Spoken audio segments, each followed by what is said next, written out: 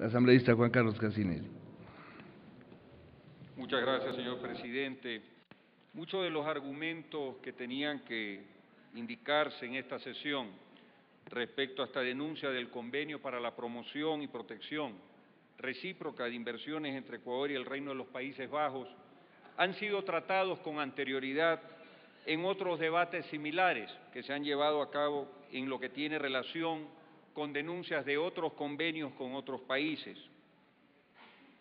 Lo que el ponente de la comisión ha expresado se repite en distintas argumentaciones. Este convenio tiene la particularidad de haber sido suscrito hace más de 12 años, el 27 de junio de 1999, en circunstancias en que estaba vigente en el país otra constitución, en que el pueblo ecuatoriano había aprobado una constitución totalmente distinta a aquella que hoy tenemos, que privilegia al hombre sobre lo económico y que es definitivamente garantista de los derechos de las personas.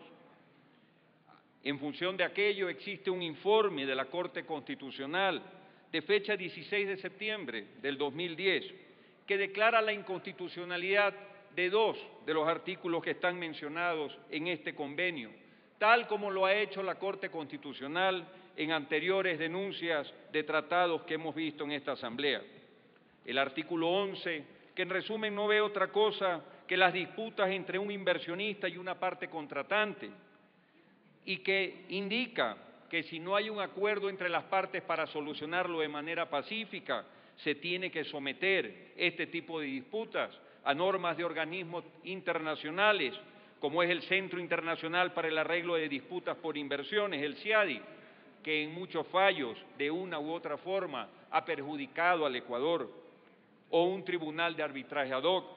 o el artículo 12 del convenio que se refiere a los arreglos de disputas legales entre partes contratantes, que también nos refiere a arbitrajes en organismos extraterritoriales que en poco o nada benefician al país en el momento del tratamiento adecuado de una de estas disposiciones.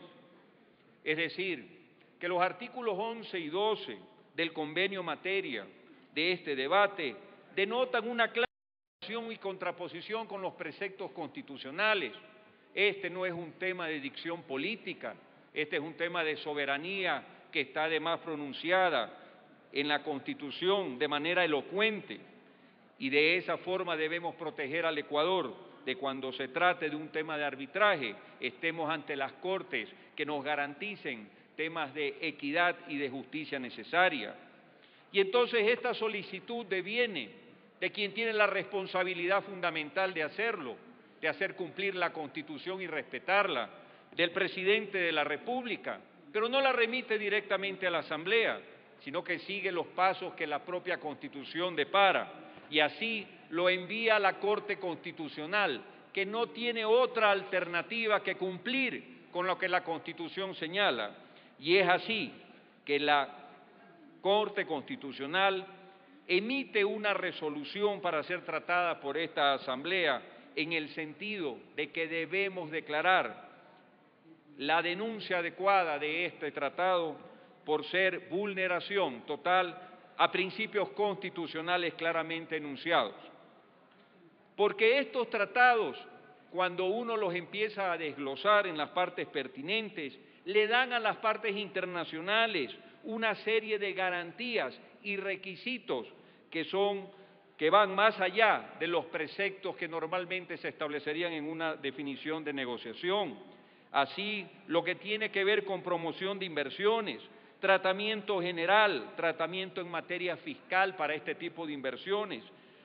el capítulo de transferencia de capitales y bienes, garantías adicionales que se señalan para este tipo de negociaciones, prohibición de expropiaciones, aunque sean expropiaciones que se devengan en interés nacional, compensación por pérdidas, etcétera, enmarcan todo este tipo de tratados en una vulneración a la actual Constitución. Y entonces el efecto del pronunciamiento de la Corte Constitucional para esta Asamblea es mandatorio. Nosotros tenemos ahora, así como consecuencia de aquello, que invocar una de tres alternativas. El denunciar el tratado tal como lo hace el Ejecutivo siguiendo la vía constitucional correspondiente.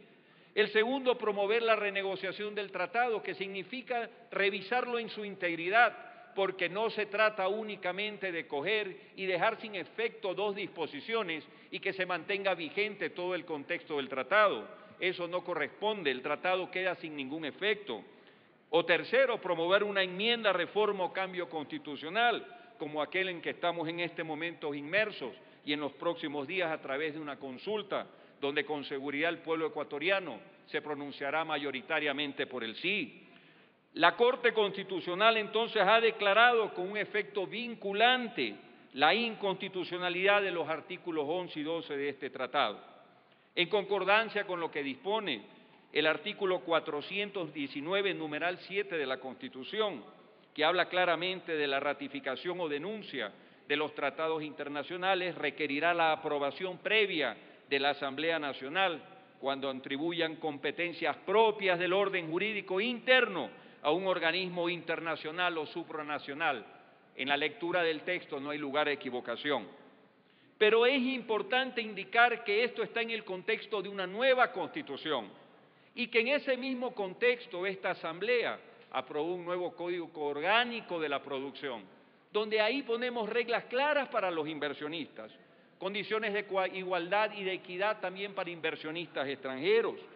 El Código de la Producción, Comercio e Inversiones que nosotros aprobamos y que fue publicado en el Registro Oficial del 29 de diciembre de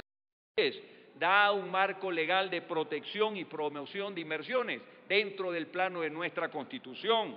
Y así el artículo 17 del Código de la Producción habla del trato no discriminatorio. De aquí no se van a ir las inversiones. Estos esquemas legales van a dar la seguridad jurídica necesaria, no a conveniencia de una parte, sino como debe ser en las relaciones comerciales, para conveniencia de las dos partes contratantes. Los inversionistas nacionales y extranjeros, dice, las sociedades, empresas o entidades de los sectores cooperativistas y de la economía popular y solidaria, en la que estos participan, al igual que sus inversiones legalmente establecidas en el Ecuador, con las limitaciones previstas en la Constitución de la República, gozarán de igualdad de condiciones respecto a la administración, operación, expansión y transferencia de sus inversiones y no serán objeto de medidas arbitrarias o discriminatorias. Las inversiones y los inversionistas extranjeros gozarán de protección y seguridades plenas, de tal manera que tendrán la misma protección que reciban los ecuatorianos dentro del territorio nacional. Importante invocar esta norma que nosotros aprobamos hace pocos meses a través de un código orgánico que expusimos, fomenta este tipo de situaciones. Obviamente, y solamente una reflexión final, señor presidente, quienes contrataron con las condiciones del convenio mantienen sus derechos y sus obligaciones y sus prerrogativas, pero los que lo van a hacer de hoy hacia el futuro tendrán que acogerse a nuestro marco constitucional y gozar de los beneficios de códigos como el de la producción, tal como lo he enunciado. Muchas gracias, presidente.